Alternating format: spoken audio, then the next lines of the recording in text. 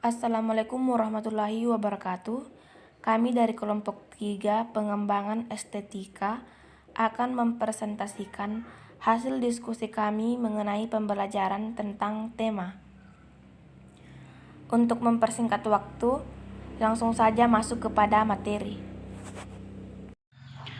Pengertian tema. Tema merupakan suatu gagasan pokok atau ide pikiran tentang suatu hal. Salah satunya dalam membuat suatu tulisan.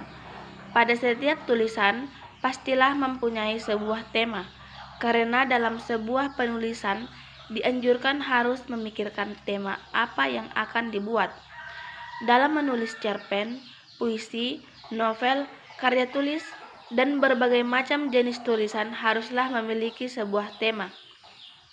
Jadi jika diandalkan seperti sebuah rumah, temanya adalah pondasi. Tema juga hal yang paling utama dilihat oleh para pembaca sebuah tulisan. Jika temanya menarik, maka akan memberikan nilai yang lebih pada tulisan tersebut.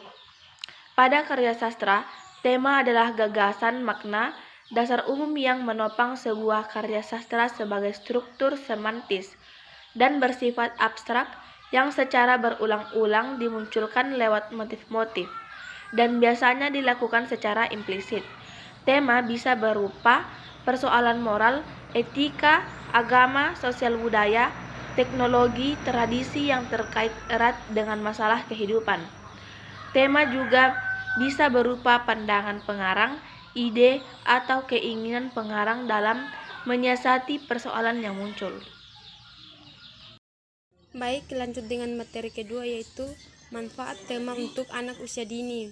Yang pertama, menghubungkan bahasan satu dengan lainnya sesuai dengan cara berpikir anak.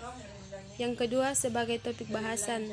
Topik bahasan yang dekat dan dikenal anak membuat anak lebih dapat terlihat di dalamnya. Yang ketiga, menghubungkan pengetahuan sebelumnya dengan pengetahuan yang baru yang sudah dimiliki anak. Yang keempat, memudahkan pendidik PAUD dalam pengembangan kegiatan belajar sesuai dengan konsep dan sarana yang dimiliki lingkungan. Aspek yang dibangun melalui tema.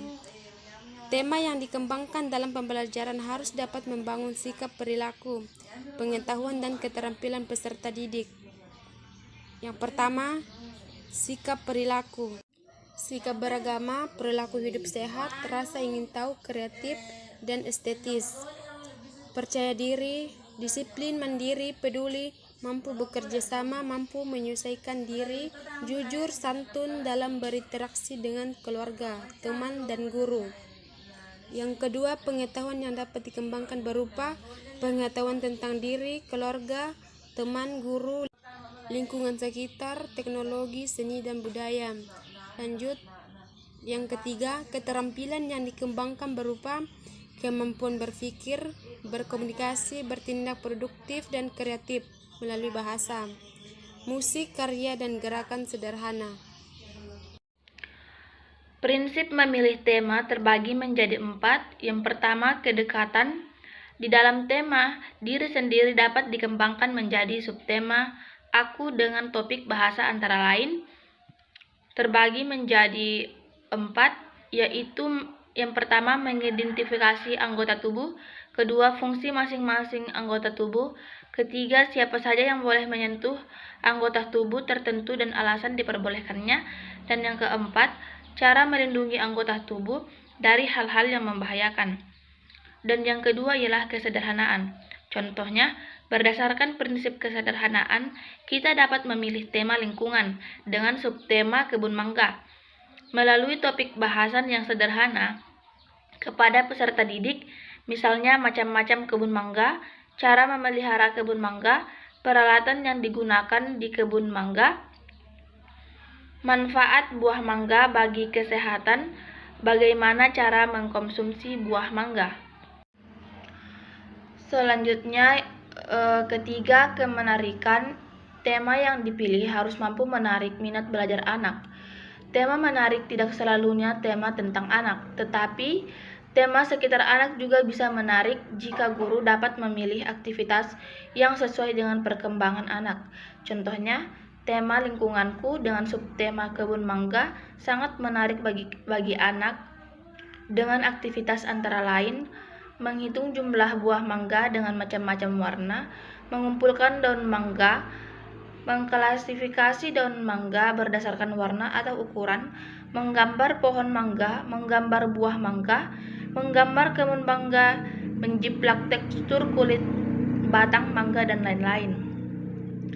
Kemudian yang keempat, keinsidentalan.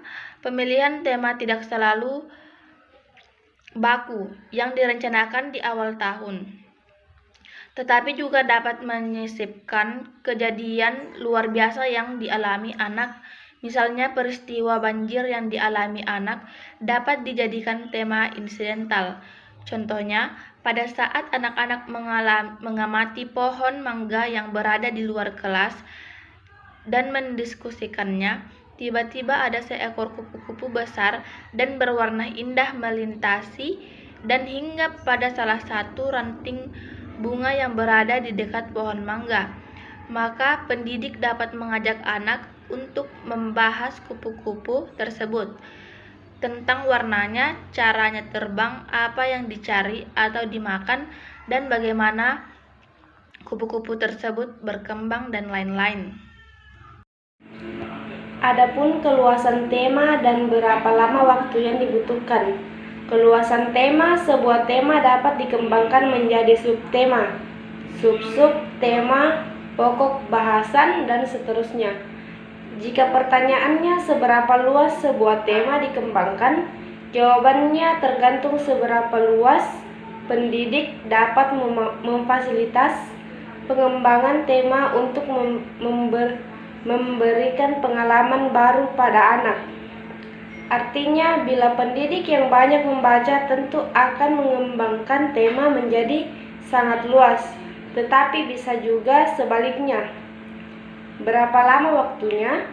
Tidak ada ketentuan sebuah tema dilaksanakan dalam jangka waktu tertentu.